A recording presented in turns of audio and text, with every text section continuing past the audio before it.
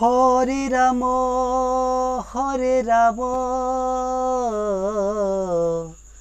राम राम हरे हरे, हरे कृष्ण कृष्ण कृष्ण हरे हरे, हरे राम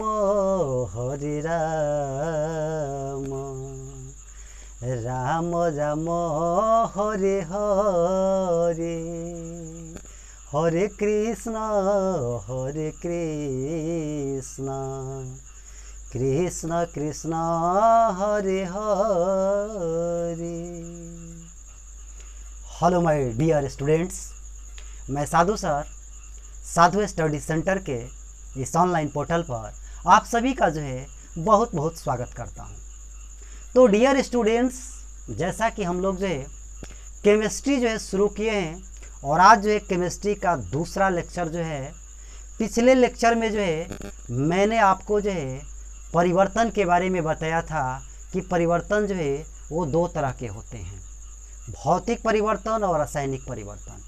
भौतिक परिवर्तन की यदि मैं बात करूं तो वह परिवर्तन जिसमें कोई पदार्थ परिवर्तित होने के बाद पुनः अपनी मूल अवस्था में आ जाता है तो उसे हम लोग भौतिक परिवर्तन कहते हैं। जैसे बर्फ़ का पिघलना, मोम का पिघलना, मोमबत्ती का पिघलना, इस तरह के जो परिवर्तन होते हैं वो भौतिक परिवर्तन जो है कहे जाते हैं। उसके बाद मैंने वहाँ पर आपको बताया था रासायनिक परिवर्तन। तो वह परिवर्तन जिसमें कोई पदार्थ परिवर्तित होने के बाद पुनः अपनी मूल अवस्था में नहीं आ पाता है तो उसे हम लोग जो है रासायनिक परिवर्तन कहते हैं, केमिकल चेंज जो है कहते हैं। जैसे लोहे में जंग लगना, दूध से दही का बनना, पदार्थ का किण्वन होना, तो इस तरह की तमाम एग्जाम्पल जो है मैंने आपको जो है पिछले वीडियो में दिया था। तो चलिए उसके बाद जो है मैं आगे उसी टॉपिक को जो है बढ़ाता हूँ और आज हम लोग जो है बात करेंगे कि रासायनिक अभिक्रिया जो है किसको कहते हैं। तो आज का जो है टॉपिक है ये रासायनिक अभिक्रिया। तो सबसे पहले यहाँ पर हम लोग चलिए समझते हैं रासायनिक अभिक्रिया को। उसके बाद हम लोग जो है समझेंगे अभिकारक को, प्रतिफल को, रासायनिक अभिक्रिया के क्रियाविधि को, रासायनिक अभिक्रियाओं की विशेषताओं को। तो ये एक एक टॉपिक को डिटेल यहाँ पर हम लोग जो है समझेंगे। तो सबसे पहले जो है रासायनिक अभिक्रिया, रासायनिक अभिक्रिया को इंग्लिश में हम लोग जो है केमिकल चेंज कहते हैं। केमिकल चेंज नहीं, केमिकल रिएक्शन कहते हैं। केमिकल रिएक्शन के नाम से जो है रासायनिक अभिक्रिया को हम लोग जो है जानते हैं। तो रासायनिक अभिक्रिया की यदि मैं बात करूं तो कोई भी दो पदार्थ जब आपस में मिलकर अर्थात संयोग करके एक नया गुण वाला पदार्थ जो है बनाता है तो इस प्रकार का जो प्रक्रिया होता है उसी को हम लोग रासायनिक अभिक्रिया कहते हैं। इस परिभाषा को मैं और बढ़िया ढंग से आपको जो है बताता हूँ कि इस परिभाषा को आप एग्जाम में जो है कैसे लिखेंगे जो है। तो कहेंगे कि जब कोई अकेला पदार्थ या अन्य किसी पदार्थ से मिलकर जब दो या दो से अधिक नए गुण वाले पदार्थ का निर्माण करता है तो इस प्रक्रिया को रासायनिक अभिक्रिया कहते हैं। चलिए फिर से मैं आपको एक बार रिपीट करता हूं। जब कोई अकेले या अन्य कोई पदार्थ, अकेले पदार्थ हो या दो से अधिक पदार्थ हो, वह आपस में संयोग करके मिल करके जो है एक नए गुण वाले पदार्थ का रचना करते हैं, निर्माण करते हैं। तो इस प्रकार की जो प्रक्रिया होती है, जो प्रोसेस होता है, उसे हम लोग जो है रासायनिक अभिक्रिया कहते हैं, केमिकल रिएक्शन कहते हैं। जैसे एग्जाम्पल की अगर मैं बात करूं तो जब हाइड्रोजन को ऑक्सीजन के साथ संयोग कराया जाता है, हाइड्रोजन को ऑक्सीजन के साथ जब हम लोग संयोग कराते हैं एक निश्चित अनुपात में जो है, तो यह जो है एक नया पदार्थ जो है, एक नए गुण वाले पदार्थ जो है जल को जो है बनाता है, H2O को जो है बनाता है। इसको बैलेंस करने के लिए यहाँ पर हम लोग 2 लगा लेंगे जो है। तो आप यहाँ पर क्या देख रहे हैं, ये हाइड्रोजन और ऑक्सीजन के मिलने से जो है ये जो प्रोसेस हुआ, जो प्रक्रिया हुआ, तो इस प्रक्रिया को हम लोग जो है रासायनिक अभिक्रिया जो है कहते हैं। इसी प्रकार जो है जब कैल्शियम कार्बोनेट को जो है, कैल्शियम कार्बोनेट को गर्म किया जाता है, हीट किया जाता है, ये हीट का जो है सिंबल है। कैल्शियम कार्बोनेट को जब हम लोग गर्म करते हैं तो वह CaO प्लस CO2 में जो है बदल जाता है। अर्थात यहाँ पर हम लोग क्या देख रहे हैं कि ये पदार्थ अकेले ही जो है नए गुण वाले पदार्थों का निर्माण कर रहा है। कैल्शियम कार्बोनेट को हीट कर रही है, कैल्शियम कार्बोनेट अकेला है, इसको जब हम लोग गर्म करते हैं तो ये कैल्शियम ऑक्साइड और कार्बन डाइऑक्साइड में जो है बदल जाता है। तो इस प्रकार का जो प्रोसेस है, जो क्रिया है, प्रक्रिया है, उसी को हम लोग रासायनिक अभिक्रिया कहते हैं, केमिकल चेंज, केमिकल रिएक्शन जो है कहते हैं। और एग्जाम्पल मैं लेता हूं, जैसे मान लिया जाए कि हाइड्रोजन को जब क्लोरीन के साथ जो है सूर्य के प्रकाश के उपस्थिति में, सूर्य के प्रकाश के उपस्थिति में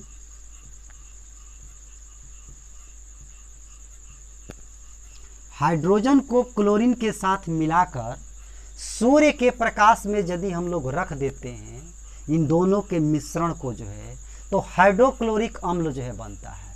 क्या बनता है? हाइड्रोक्लोरिक अम्ल HCl जो है बनता है। तो यहाँ पर भी आप क्या देख रहे हैं कि ये हाइड्रोजन और क्लोरीन के मिलने से जो है, संयोग होने से एक नए गुण वाले पदार्थ हाइड्रोक्लोरिक अम्ल का जो है निर्माण हुआ। तो ये निर्माण होने का जो प्रक्रिया है, जो प्रोसेस है, उसी को रासायनिक अभिक्रिया जो है हम लोग कहते हैं। तो चलिए, अब मैं उम्मीद करता हूं कि रासायनिक अभिक्रिया को आप अच्छी तरीका से समझ चुके होंगे।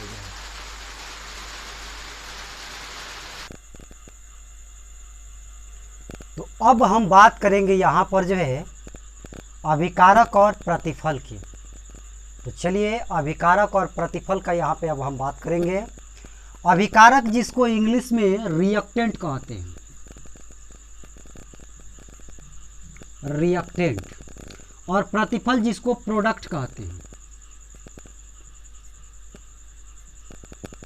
तो अभिकारक जो है किसको कहा जाता है और प्रतिफल जो है किसको कहते हैं, इसको अब यहाँ पर हम लोग समझने वाले हैं। तो अभिकारक का मतलब होता है, रिएक्टेंट का मतलब होता है किसी रासायनिक अभिक्रिया में भाग लेने वाले पदार्थ। किसी भी रासायनिक अभिक्रिया में पासिफिकेट करने वाला जो पदार्थ होता है, पासिफिकेट करने वाला जो पदार्थ होता है, उसे हम लोग जो है अभिकारक कहते हैं। और उस अभिक्रिया के फलस्वरूप बनने वाला पदार्थ को हम लोग उत्पाद कहते हैं, या फिर प्रतिफल कहते हैं, प्रोडक्ट कहते हैं। तो चलिए, इसको मैं एग्जाम्पल के माध्यम से आपको जो समझाता हूं कि जैसे ये H2 और O2 को जब मिलाया गया तो ये H2O जो है बना, जल जो है बना। तो इस अभिक्रिया में जो है H2 और O2 जो अभिकारक हैं। किसी भी रासायनिक अभिक्रिया में भाग लेने वाले जो पदार्थ होते हैं उसको हम लोग अभिकारक कहते हैं।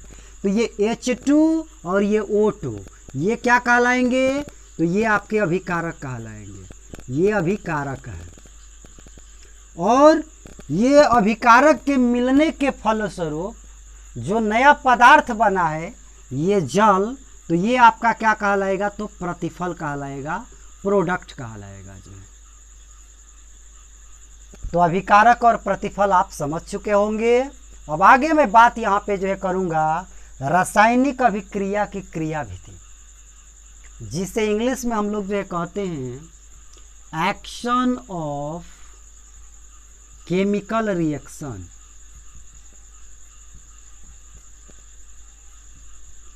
एक्शन ऑफ केमिकल रिएक्शन, रासायनिक अभिक्रिया की क्रियाविधि। इसका क्या मतलब है?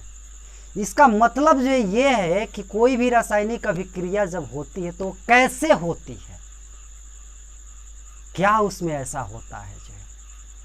तो चलिए मैं इसको आपको समझाता हूँ। जब कोई भी रासायनिक अभिक्रिया जो है संपन्न होती है, घटित होती है, तो उस रासायनिक अभिक्रिया के अभिकारकों के अणु जो है परमाणुओं में टूटते हैं। फिर से आप सुने, जब कोई रासायनिक अभिक्रिया संपन्न होती है तो उस रासायनिक अभिक्रिया के अभिकारकों के अणु परमाणुओं में टूटते हैं और वे परमाणु पुनः संगठित होकर जो है वह प्रतिफल के अणु का निर्माण करते हैं। इस अभिक्रिया में, इस प्रक्रिया में अभिकारक के अणु टूटते हैं, तो इसको हम लोग कहते हैं कि अभिकारकों का बंधन जो टूटता है और प्रतिफल बनने के लिए जो है परमाणुओं द्वारा जो है बंधन जुटता है। तो रासायनिक अभिक्रिया के क्रिया विधि का यहाँ पर निष्कर्ष ये निकल के जो है आया कि जब कोई रासायनिक अभिक्रिया संपन्न होगी तो उसमें अभिकारक के अणु पहले परमाणुओं में टूटेंगे और वो परमाणु जो है पुनः संगठित होकर जुड़कर जो है वो प्रतिफल के अणु का जो है निर्माण करते हैं। तो इस प्रकार से कोई भी रासायनिक अभिक्रिया जो है संपन्न होती है। जैसे मैं कहूँ कि किसी का शादी जब होता है, मान लिया जाए कि किसी लड़का और लड़की का जो है शादी हो रहा है, तो एक दूल्हा पक्ष होता है, एक दुल्हन पक्ष होता है। दूल्हा पक्ष से जो है दूल्हा जो है निकलता है और दुल्हन पक्ष से जो है दुल्हन जो है निकलती है। तो इस प्रकार से दूल्हा और दुल्हन का जो है वहाँ पर एक संयोग होता है, जिसको आप कहते हैं कि जो है माला एक दूसरे को जो है पहनाते हैं। तो एक परिवार से जो है वहाँ पर बंधन जो है टूटा और एक नया बंधन जो है वहाँ पर जुटा। तो इस प्रकार से जो है ये रासायनिक अभिक्रिया के क्रिया विधि इसको कहा जा सकता है। तो चलिए आगे और मैं बात अब करता हूँ, आप इसको समझ चुके होंगे। तो अगला टॉपिक हमारा है कि रासायनिक अभिक्रियाओं की विशेषताएं। रासायनिक अभिक्रियाओं की विशेषताएं, जिसको इंग्लिश में हम लोग कहेंगे प्रॉपर्टीज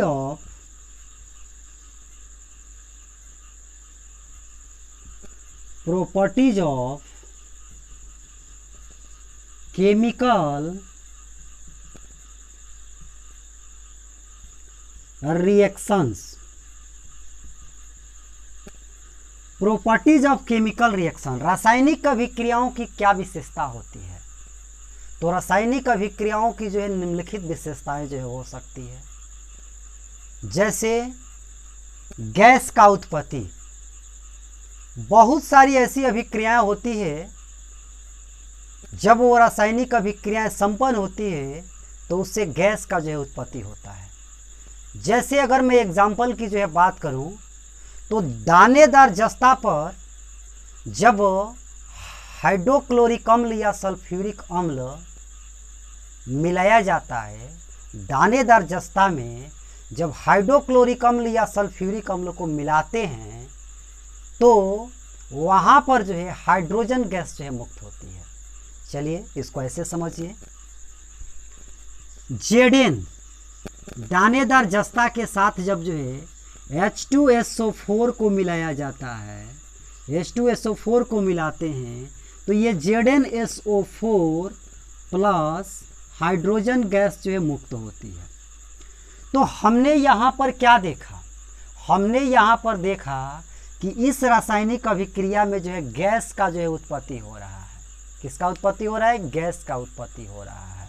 तो रासायनिक अभिक्रियाओं की एक विशेषता ये हो गई कि रासायनिक अभिक्रियाएं जब होती है तो गैस का उत्पत्ति होता है, लेकिन ये सभी प्रकार की अभिक्रियाओं में नहीं कर सकते हैं। जो कुछ ही ऐसी अभिक्रियाएं हैं जो अभिक्रिया होने के फलस्वरूप जो है उससे गैस की उत्पत्ति जो है होती है। चलिए अब आगे हम समझते हैं कि रासायनिक अभिक्रियाएं की और क्या विशेषताएं हैं? तो दूसरी विशेषता है अवक्षेप का जो है बनना। अवक्षेप का जो है बनना, अवक्षेप के बनने का मतलब क्या हुआ जी? तो बहुत सारी रासायनिक अभिक्रियाएं ऐसी होती है कि रासायनिक अभिक्रिया के फलस्वरूप जो है उसमें अवक्षेप जो है, एक ठोस पदार्थ जो है प्राप्त होता है।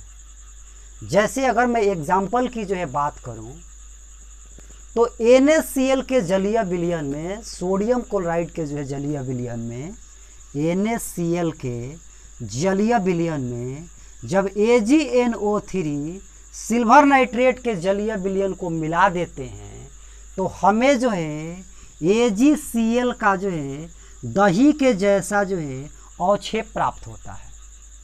क्या होता है? जब NaCl के जलीय विलयन के साथ जो है AgNO3 का जलीय विलयन को हम लोग आपस में मिला देते हैं तो हमें AgCl का जो है दही के जैसा जो है अवक्षेप जो है प्राप्त होता है। और साथ में जो है क्या बनता है? तो NaNO3 सोडियम नाइट्रेट बनता है। तो यहाँ पर हम लोगों ने क्या देखा कि ये AgCl जो हमें अवक्षेप के रूप में जो है प्राप्त हुआ, एक ठोस पदार्थ के रूप में जो है प्राप्त हुआ।